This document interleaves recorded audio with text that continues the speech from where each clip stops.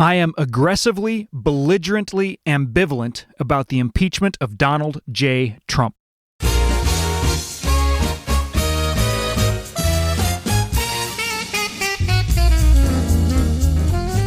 Hello, my friends, and welcome to the Personal Responsibility Lawyer Podcast. I am your host, Michael Lovins of the law firm Lovins Trosclair, which is the sponsor of this program.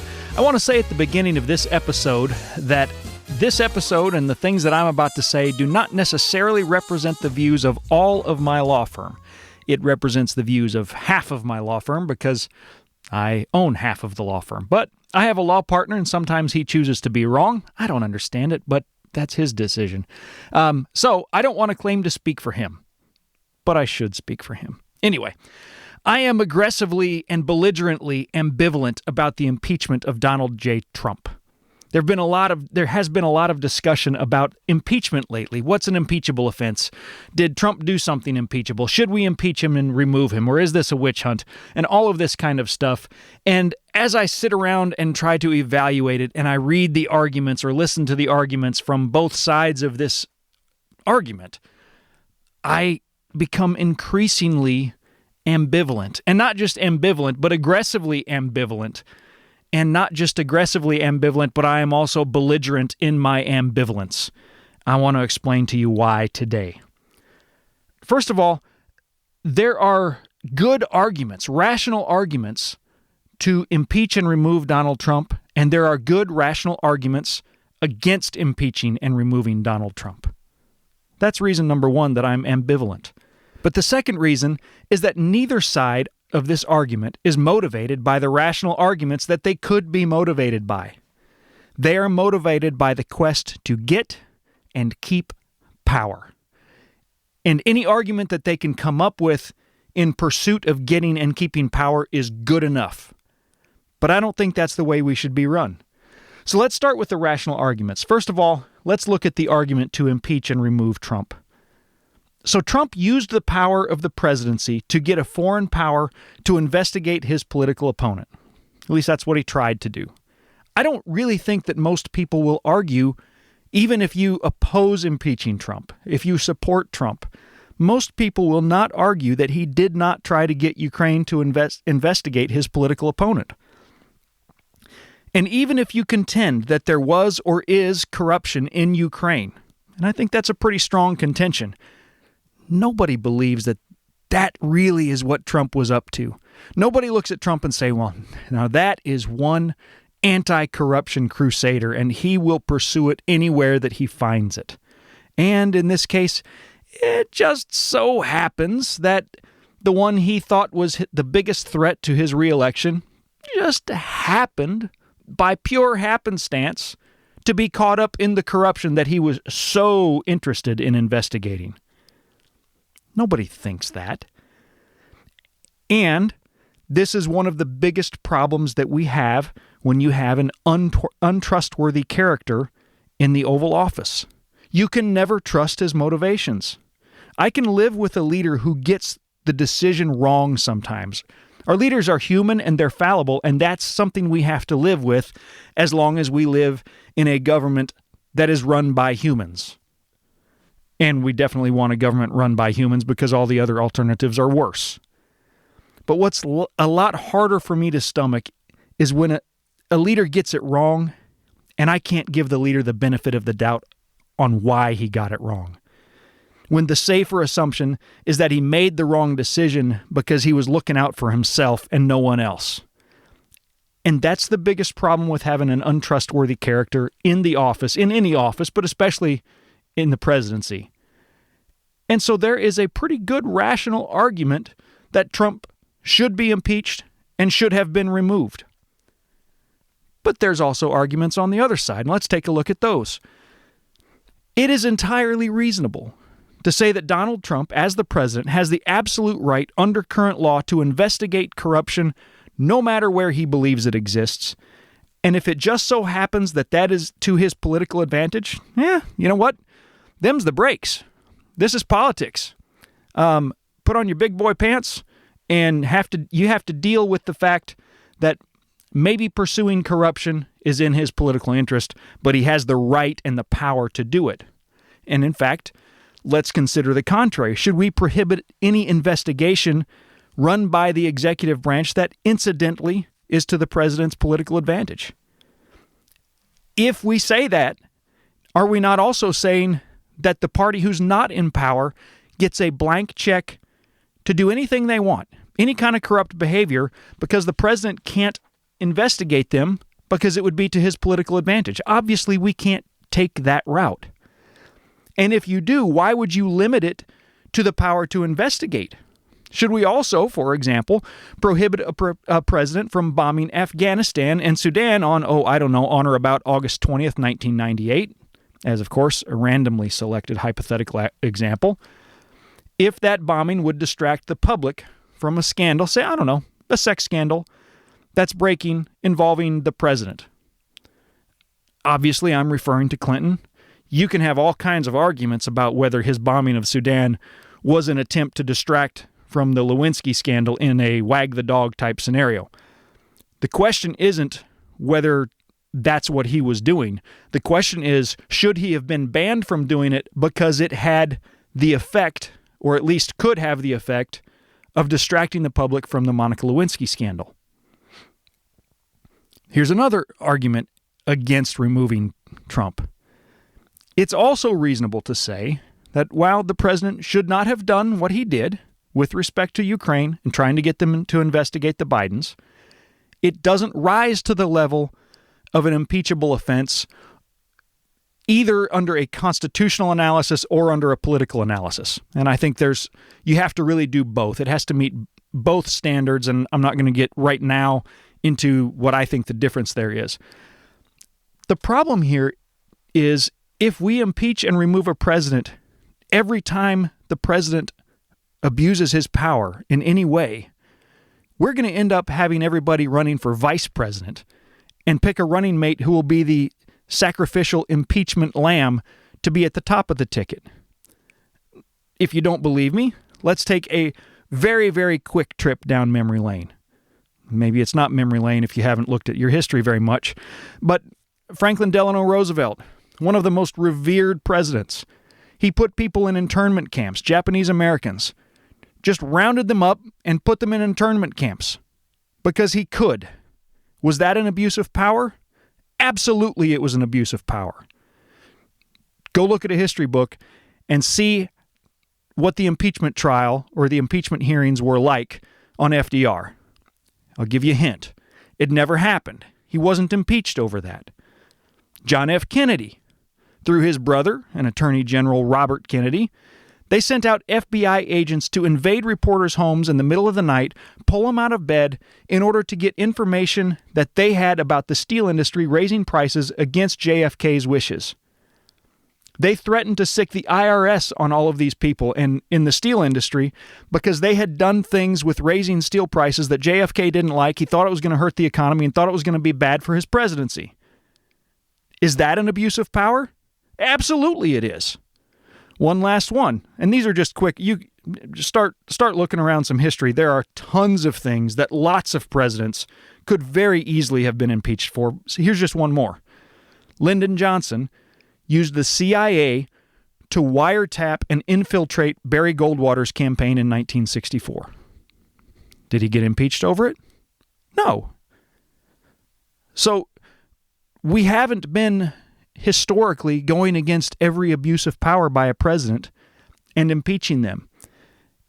All three of these that I just mentioned are at least as bad and very arguably much worse than what Trump did. Now, I think it's fair to respond to all of these things and say these other abuses of power by other presidents and say, well, they should have resulted in impeachment. I'm not going to fight you on that because I think you might be right.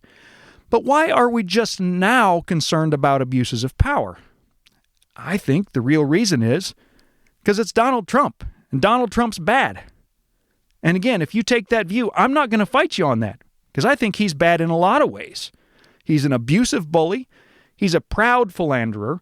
He has absolutely no dignity. I don't want my son to grow up to be like him, and I don't want my daughters to grow up to end up with men like him. But the standard for impeaching a president we don't like should be the same standard that we use for other presidents. Unless we somehow reach some sort of agreement among ourselves, I don't know what this agreement actually looks like, but that the new standard for impeachment over abuse of power is whatever, something new. And we say, okay, we didn't impeach these presidents in the past for these abuses of power, but we're setting a new standard, and it doesn't just apply to the guy in the office now, it also applies to the next guy. And maybe that new standard is, we're going to impeach when we have the votes to do so. I think that's a bad standard, but if that's going to be the standard, let's at least say it out loud. Have the courage to say, if I have the votes to impeach a president, I'm going to do it, and I don't really care what he did. I'm going to get just briefly into the difference between the political standard and the constitutional standard. I think the constitutional standard doesn't change unless we amend the Constitution. We can argue about what the constitutional standards of high crimes and misdemeanors might be, but it doesn't change, whatever it is, unless we amend the Constitution. The political standard's different. I think the Congress has the right to look at a president's conduct, say that it meets the constitutional standard to impeach, but decline to impeach. That's within their power. In order to actually be impeached, the president kind of has to meet both the constitutional and the political standard. There has to be the political will to do it. The political will prong, I mean, that's just kind of whatever it is at any particular time. It can change.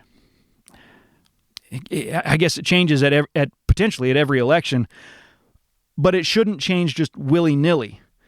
Certainly not to the point where we impeach one president for an offense when we would not impeach another president for that same offense.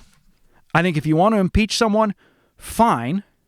Just impeach the president for the reason you're saying you're impeaching him and stick to that. I guess the short way of saying it is be honest.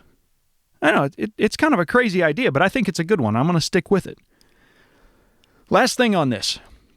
Pointing to other bad things done by other presidents can fall into a sort of a whataboutism argument, and you justify what one guy did by saying, well, what about what someone else did? I think that's a valid criticism to some extent. It's a valid criticism to say you shouldn't justify what Trump did by pointing to what others did. But I think it's reasonable to say at least treat people fairly to the extent you treat them equally. And so if what Trump did is about the same on the level of badness as what other presidents have done, and other presidents did not get impeached for that, then you should not impeach Trump for it. Or you should announce that there's a new standard. Otherwise, we're just impeaching because we don't like the guy in office. And the real reasons for impeaching are not the ones that we're claiming are our reasons. And that brings me to the second point. It's almost like I planned this ahead of time. Both sides are motivated not by rational arguments, but by the quest to get and keep power. I can't tell you how I rolled my eyes every time I heard Nancy Pelosi or Adam Schiff or any of these people talk about, we're so sad that we're bringing these articles of impeachment. It's a sad time. This is a very solemn duty, and we take it very seriously, and we're not happy about it, but the facts have just led us here. Oh, come on, spare me. Now, because of some great access, I hold in my never nicotine-stained fingers the statement that Nancy Pelosi should have read. Here goes. I told you so. From the minute we knew Donald J. Trump was going to be president, we said he's unfit for office. He's corrupt, he's rotten to the core, and it is just a matter of time until he does something that will require us to impeach him. I knew it, you knew it, and the American people knew it, and now it's happened.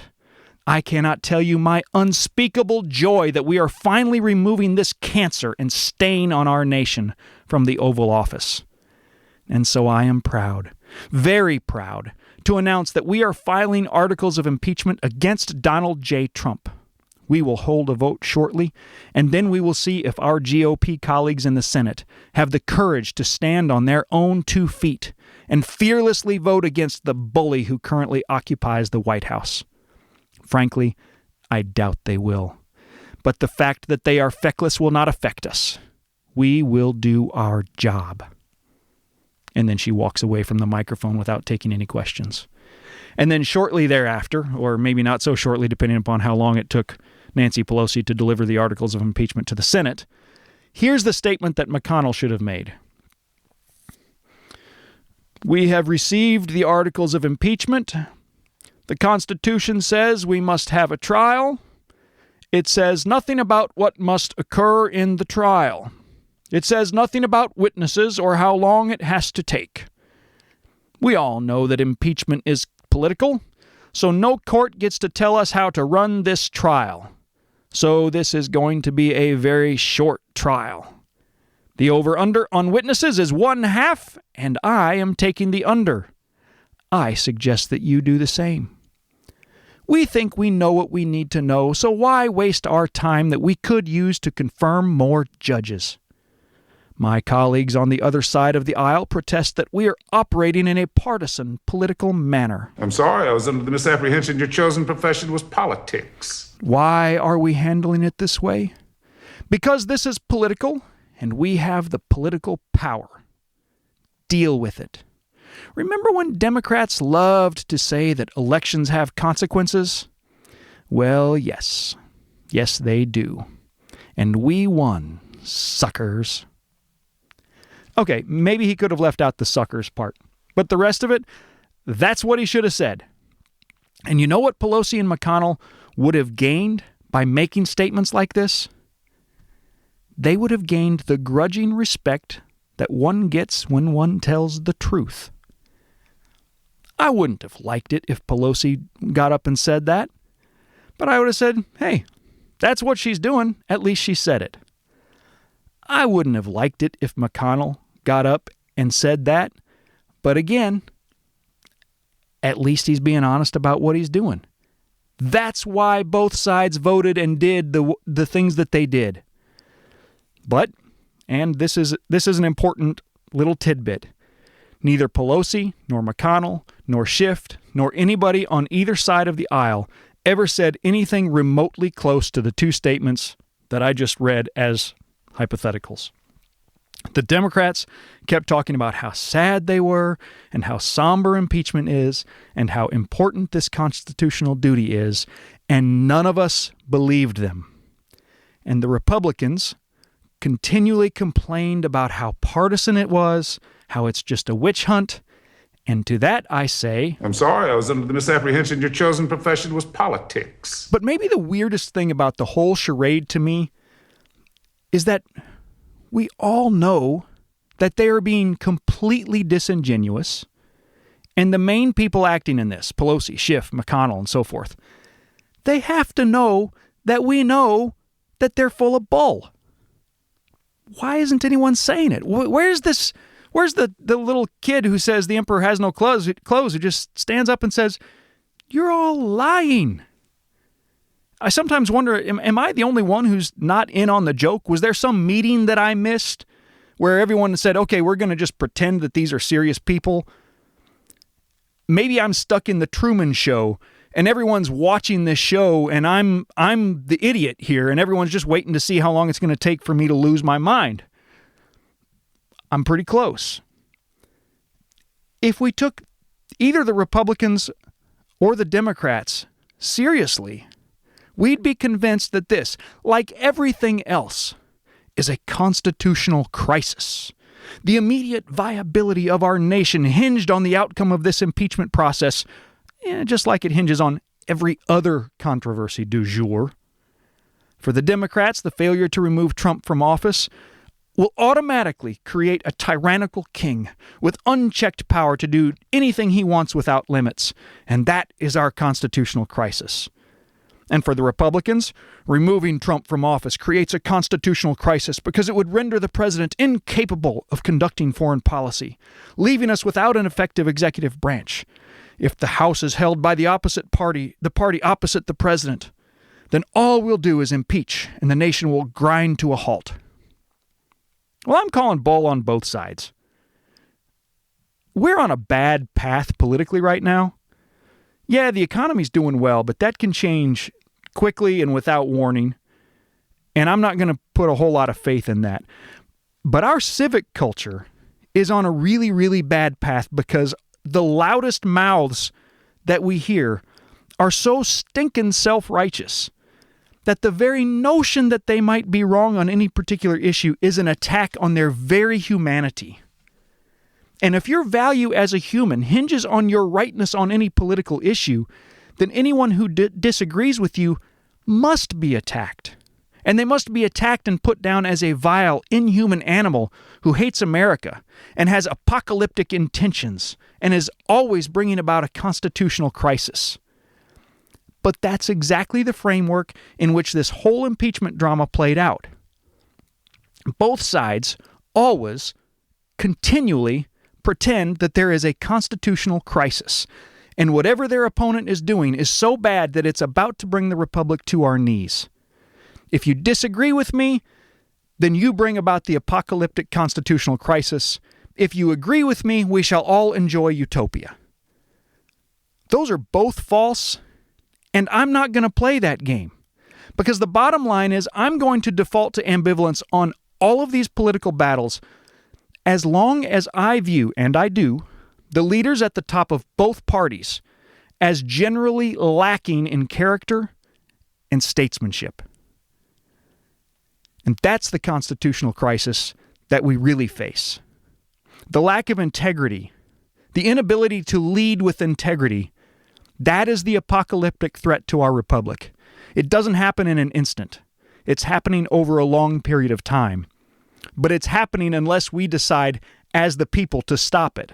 We're going to continue this slide as a republic, as a culture, and as a force for good in the world until we demand leaders who are trustworthy.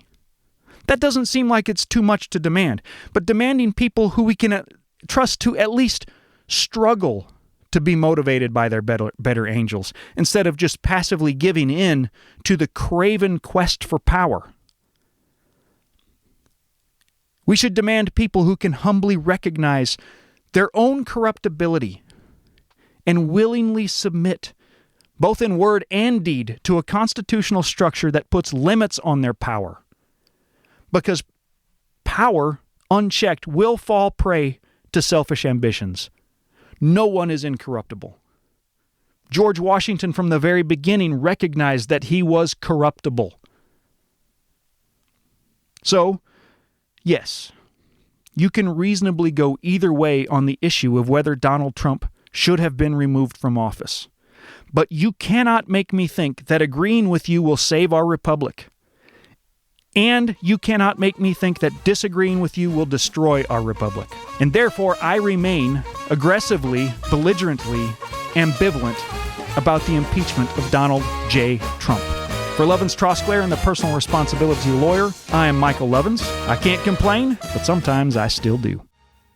Thank you for listening to the Personal Responsibility Lawyer podcast. You can get more information about the show, including my show notes, at the personal website, michaellovins.com. If you like what you've heard, or if you've learned something interesting, please do me a massive favor and rate the show on iTunes or wherever you listen to podcasts. It really does help. This episode of The Personal Responsibility Lawyer is brought to you by my law firm, Lovins Trosclair, where we use the civil justice system to hold people responsible for irresponsible choices when those irresponsible choices cause serious injuries and sometimes even death. We're personal injury trial lawyers, but I use the term personal responsibility lawyer because it connotes a different approach to presenting a case to a jury. I really, really hope that you never need a personal injury lawyer, but if you do, please call us before evidence gets lost or destroyed. You can reach my office at 512-535-1649. Tell us you heard about us on the Personal Responsibility Lawyer podcast. You can also go to our website for Lovins Trosclair at ltlegalteam.com. That's L as in Lovins, T as in Trosclair, legalteam.com. We are here to help. Now I have to do some disclaimers where I say stuff that you already knew, but that I must say anyway so that I keep the state bar happy. Here we go. This podcast is not legal advice. You listening to this podcast does not make me your lawyer or you my client. Neither does it make any of my guests your lawyer. If you want me to be your lawyer, contact me at my office. If I can represent you, we will execute a contract stating the specific terms under which I agree to represent you. I don't think you probably needed me to tell you that, but I did. Also, I'm not certified by the Texas Board of Legal Specialization as a personal responsibility lawyer because they don't have any idea what that is. Neither have they certified me in any other area of specialty that they actually do recognize. I think that wraps up our disclaimers for now. For Levins Trosclair and the Personal Responsibility Lawyer Podcast, I am Michael Levins. We'll see you next time.